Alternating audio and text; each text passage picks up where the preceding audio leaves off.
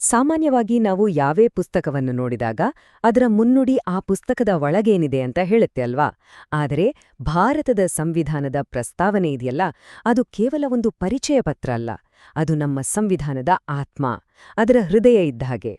ಇಡೀ ಸಂವಿಧಾನ ಅನ್ನೋ ದೊಡ್ಡ ಗ್ರಂಥ ಯಾವ ತತ್ವಗಳ ಮೇಲೆ ನಿಂತಿದೆ ಅನ್ನೋದರ ಸಾರಾಂಶವೇ ಈ ಪ್ರಸ್ತಾವನೆ. ಬನ್ನಿ, ಇದರ ಬಗ್ಗೆ ಇನ್ನೂ ಸ್ವಲ್ಪ ಆಳವಾಗಿ ತಿಳ್ಕೊಳ್ಳೋಣ. ಕೇವಲ 111 ಪದಗಳು ಅಷ್ಟೇ. ಆದ್ರೆ ಈ ಪದಗಳು ಜಗತ್ತಿನ ಅತೀ ದೊಡ್ಡ ಪ್ರಜಾಪ್ರಭುತ್ವದ ಸಂಪೂರ್ಣ ಚಿತ್ರಣವನ್ನೇ ನಮ್ಮ ಕಣ್ಮುಂದೆ ಇಡುತ್ತೆ. ಇಲ್ಲಿರೋ ಪ್ರತಿಯೊಂದು ಪದಕ್ಕೂ ಅದ್ರದ್ದೇ ಆದ ತೂಕ ಮತ್ತು ಆಳವಾದ ಅರ್ಥ ಇದೆ. ಇದು ಕೇವಲ ಅಕ್ಷರಗಳಲ್ಲ, ಇದೊಂದು ದೊಡ್ಡ ಭರವಸೆ, ಒಂದು ಆದರ್ಶ ಅಂತಾನೆ ಹೇಳಬಹುದು. ಸರಿ, ಹಾಗಾದ್ರೆ ಇಷ್ಟೊಂದು ದೊಡ್ಡ ಸಂವಿಧಾನಕ್ಕೆ ಇಷ್ಟೊಂದು ಪವರ್ ಎಲ್ಲಿಂದ ಬರುತ್ತೆ? ಯಾರು ಕೊಟ್ಟಿದ್ದು ಈ ಅಧಿಕಾರವನ್ನ? ಈ ಪ್ರಶ್ನೆಗೆ ನಮ್ಮ ಪ್ರಸ್ತಾವನೆ ತುಂಬಾನೇ ಸ್ಪಷ್ಟವಾದ ಮತ್ತು ಶಕ್ತಿಯುತವಾದ ಉತ್ತರ ಕೊಡುತ್ತೆ. ಅಧಿಕಾರದ ನಿಜವಾದ ಮೂಲ ಯಾವುದು ಅಂತ ನೋಡೋಣ ಬನ್ನಿ. ನೋಡಿ, ಉತ್ತರ ಇಲ್ಲೇ ಇದೆ, ಮೊದಲನೇ ಪದಗಳಲ್ಲೇ. ಭಾರತದ ಪ್ರಜೆಗಳಾದ ನಾವು. ಈ ಮಾತುಗಳಲ್ಲೇ ಎಲ್ಲವೂ ಅಡಗಿದೆ. ಅಂದರೆ ನಮ್ಮ ಸಂವಿಧಾನವನ್ನ ಯಾವ ರಾಜನೋ ಅಥವಾ ಹೊರಗಿನ ದೇಶದವರೋ ನಮ್ಗೆ ಕೊಟ್ಟಿದ್ದಲ್ಲ. ಇದನ್ನ ನಾವೇ, ಅಂದ್ರೆ ಭಾರತದ ಜನರೇ ನಮ್ಗೋಸ್ಕರ ಮಾಡ್ಕೊಂಡಿರೋದು. ಇದನ್ನೇ ನಾವು ಜನತಾ ಸಾರ್ವಭೌಮತ್ವ ಅಂತ ಕರೆಯೋದು. ಅಂದ್ರೆ ಫೈನಲ್ ಅಥಾರಿಟಿ ಇರೋದು ನಮ್ಮ ಕೈಯಲ್ಲಿ, ಅಂದ್ರೆ ಜನಸಾಮಾನ್ಯರ ಕೈಯಲ್ಲಿ.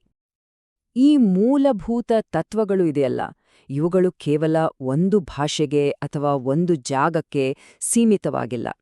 ಬದಲಾಗಿ ಇವು ಇಡೀ ದೇಶದ ಪ್ರತಿಯೊಬ್ಬ ಪ್ರಜೆಯ ಆಸೆ ಆಕಾಂಕ್ಷೆಗಳನ್ನು ಪ್ರತಿನಿಧಿಸುತ್ತೆ. ನಮ್ಮೆಲ್ಲರನ್ನೂ ಒಂದುಗೂಡಿಸೋ ಒಂದು ಸಂಕೇತ ಇದು.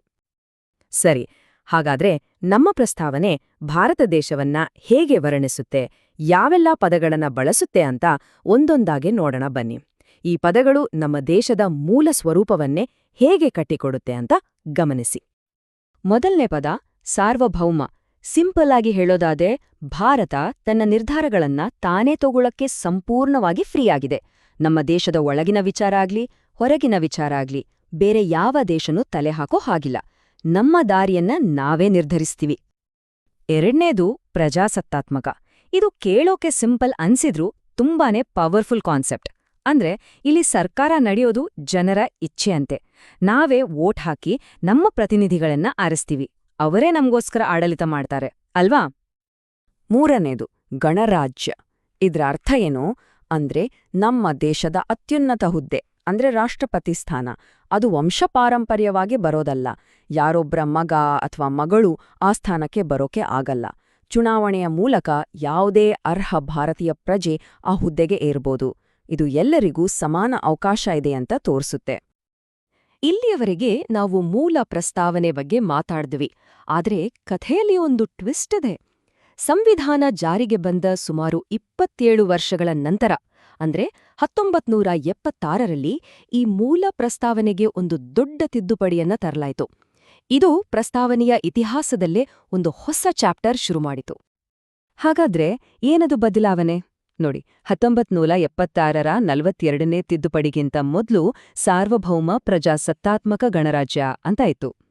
ತಿದ್ದುಪಡಿ ಆದ್ಮೇಲೆ ಸಾರ್ವಭೌಮ ಸಮಾಜವಾದಿ ಜಾತ್ಯತೀತ ಪ್ರಜಾಸತ್ತಾತ್ಮಕ ಗಣರಾಜ್ಯ ಅಂತಾಯಿತು. ಗಮನಿಸಿದ್ರ, 2 ಹೊಸ ಪದಗಳು ಸೇರ್ಕೊಂಡವು, ಸಮಾಜವಾದಿ ಮತ್ತು ಜಾತ್ಯತೀತ. ಹಾಗಾದ್ರೆ ಮೊದಲು ಸೇರಿಸಿದ ಪದ ಸಮಾಜವಾದಿ ಅಂದ್ರೇನು? ಇದರ ಗುರಿ ಏನಪ್ಪಾ ಅಂದ್ರೆ, ಸಮಾಜದಲ್ಲಿರೋ ಆರ್ಥಿಕ ಅಸಮಾನತೆಯನ್ನ ಕಡಿಮೆ ಮಾಡೋದು.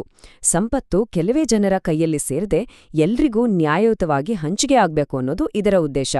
ಮುಖ್ಯವಾಗಿ ಇದನ್ನ ಪ್ರಜಾಪ್ರಭುತ್ವದ ದಾರಿಯಲ್ಲಿ ಸಾಧಿಸಬೇಕು ಅನ್ನೋದು ಭಾರತದ ಕಾನ್ಸೆಪ್ಟ್. ಎರಡನೇದಾಗಿ ಸೇರಿಸಿದ್ದು ಜಾತ್ಯತೀತ. ಇದರರ್ಥ, ಭಾರತಕ್ಕೆ ಅಂತ ಯಾವುದೇ ಒಂದು ಅಧಿಕೃತ ಧರ್ಮ ಇಲ್ಲ. ನಮ್ಮ ದೇಶ ಒಂದು ಹಿಂದೂ ರಾಷ್ಟ್ರನೂ ಅಲ್ಲ, ಮುಸ್ಲಿಂ ರಾಷ್ಟ್ರನೂ ಅಲ್ಲ. ಸರ್ಕಾರಕ್ಕೆ ಎಲ್ಲಾ ಧರ್ಮಗಳೂ ಒಂದೇ. ಅದು ಧರ್ಮದ ವಿಚಾರದಲ್ಲಿ ತಟಸ್ಥವಾಗಿರುತ್ತೆ. ಪ್ರತಿಯೊಬ್ಬರಿಗೂ ತಮ್ಮ ಇಷ್ಟದ ಧರ್ಮವನ್ನ ಪಾಲಿಸೋಕೆ ಸಂಪೂರ್ಣ ಸ್ವಾತಂತ್ರ್ಯ ಇದೆ. ಓಕೆ, ಇಲ್ಲಿಯವರೆಗೆ ನಾವು ದೇಶದ ಸ್ವರೂಪದ ಬಗ್ಗೆ ನೋಡಿದ್ವಿ. ಈಗ ನಮ್ಮ ಸಂವಿಧಾನ ತನ್ನ ಪ್ರತಿಯೊಬ್ಬ ಪ್ರಜೆಗೂ ಏನೆಲ್ಲಾ ಭರವಸೆಗಳನ್ನ ಕೊಡುತ್ತೆ ಅನ್ನೋದ್ರ ಕಡೆಗೆ ಗಮನ ಹರಿಸೋಣ. ಇವನ್ನ ನಮ್ಮ ರಾಷ್ಟ್ರದ 4 ಗೈಡಿಂಗ್ ಪ್ರಿನ್ಸಿಪಲ್ಸ್ ಅಂತಾನೂ ಕರಿಬಹುದು. ನೋಡಿ, ನ್ಯಾಯ, ಸ್ವಾತಂತ್ರ್ಯ, ಸಮಾನತೆ ಮತ್ತು ಭ್ರಾತೃತ್ವ, ಈ 4 ಕಂಬಗಳ ಮೇಲೆ ನಮ್ಮ ಇಡೀ ದೇಶ ನಿಂತಿರೋದು. ಇವು ಬರೀ ಪದಗಳಲ್ಲ, ಪ್ರತಿಯೊಬ್ರಿಗೂ ನ್ಯಾಯ ಸಿಗ್ಬೇಕು, ಎಲ್ರಿಗೂ ತಮ್ಮ ಅಭಿಪ್ರಾಯ ಹೇಳಕ್ಕೆ ಸ್ವಾತಂತ್ರ್ಯ ಇರ್ಬೇಕು, ಎಲ್ಲರನ್ನೂ ಸಮಾನವಾಗಿ ಕಾಣಬೇಕು ಮತ್ತು ನಮ್ಮೆಲ್ಲರ ನಡುವೆ ಒಂದು ಸಹೋದರತ್ವದ ಭಾವನೆ ಬೆಳಿಬೇಕು ಅನ್ನೋದು ನಮ್ಮ ಸಂವಿಧಾನದ ಮಹಾನ್ ಗುರಿಗಳು. ಸರಿ, ಈ ಎಲ್ಲ ವಿಶ್ಲೇಷಣೆಯನ್ನ ಮುಗಿಸ್ತಾ ಈಗ ಕೊನೆಯ ಭಾಗಕ್ಕೆ ಬರೋಣ. ಪ್ರಸ್ತಾವನೆಯ ಕೊನೆಯ ಸಾಲುಗಳು ಒಂದು ಐತಿಹಾಸಿಕ ದಿನವನ್ನ ನೆನಪಿಸುತ್ತೆ. ಆ ದಿನವೇ ನಾವು ಈ ಮಹಾನ್ ಸಂವಿಧಾನವನ್ನ ನಮಗಾಗಿಯೇ ಅರ್ಪಿಸಿಕೊಂಡಿದ್ದು. ಈ ನಂಬರ್ ನೆನಪಲ್ಲಿಡಿ, 26. ಹೌದು, ನವೆಂಬರ್ 26, 1949. ಇದೇ ಆ ಐತಿಹಾಸಿಕ ದಿನ. ನಮ್ಮ ಸಂವಿಧಾನ ರಚನಾ ಸಭೆ ಈ ಗ್ರಂಥವನ್ನ ಅಂದು ಅಂಗೀಕರಿಸಿತು. ಕೊನೆಯಲ್ಲಿ ಬರುವ ಆ ಮಾತು, ನಾವೇ ನಮಗೆ ಅರ್ಪಿಸಿಕೊಂಡಿದ್ದೇವೆ ಅನ್ನೋದಿದೆಯಲ್ಲ, ಅದು ಎಷ್ಟು ಅರ್ಥಗರ್ಭಿತ ಅಲ್ವಾ? ಇದು ಯಾರೂ ನಮ್ಮ ಮೇಲೆ ಹೇರಿದ್ದಲ್ಲ, ನಾವೇ ಸ್ವ ಇಚ್ಛೆಯಿಂದ ಸ್ವೀಕರಿಸಿದ ಒಂದು ಒಪ್ಪಂದ ಅಂತ ಇದು ಮತ್ತೊಮ್ಮೆ ಹೇಳುತ್ತೆ. ಹಾಗಾದ್ರೆ ಇಡೀ ಪ್ರಸ್ತಾವನೆಯನ್ನ ಒಂದೇ ಮಾತ್ನಲ್ಲಿ ಹೇಳೋದಾದ್ರೆ ಇದು ನಮ್ಮ ಸಂವಿಧಾನದ ಐಡಿ ಕಾರ್ಡ್ ಇದ್ದ ಹಾಗೆ. ಅಧಿಕಾರ ಎಲ್ಲಿಂದ ಬಂತು? ಜನರಿಂದ. ನಮ್ಮ ದೇಶದ ಸ್ವರೂಪವೇನು? ಸಾರ್ವಭೌಮ, ಸಮಾಜವಾದಿ, ಜಾತ್ಯತೀತ, ಪ್ರಜಾಸತ್ತಾತ್ಮಕ ಗಣರಾಜ್ಯ. ನಮ್ಮ ಉದ್ದೇಶಗಳೇನು? ನ್ಯಾಯ, ಸ್ವಾತಂತ್ರ್ಯ, ಸಮಾನತೆ, ಭ್ರಾತೃತ್ವ. ಇದನ್ನ ಯಾವಾಗ ಅಂಗೀಕರಿಸಿದ್ವಿ? ನವೆಂಬರ್ 26, 1949. ನೋಡಿ, ಎಲ್ಲಾ ಪ್ರಮುಖ ಪ್ರಶ್ನೆಗಳಿಗೆ ಉತ್ತರ ಇಲ್ಲೇ ಇದೆ.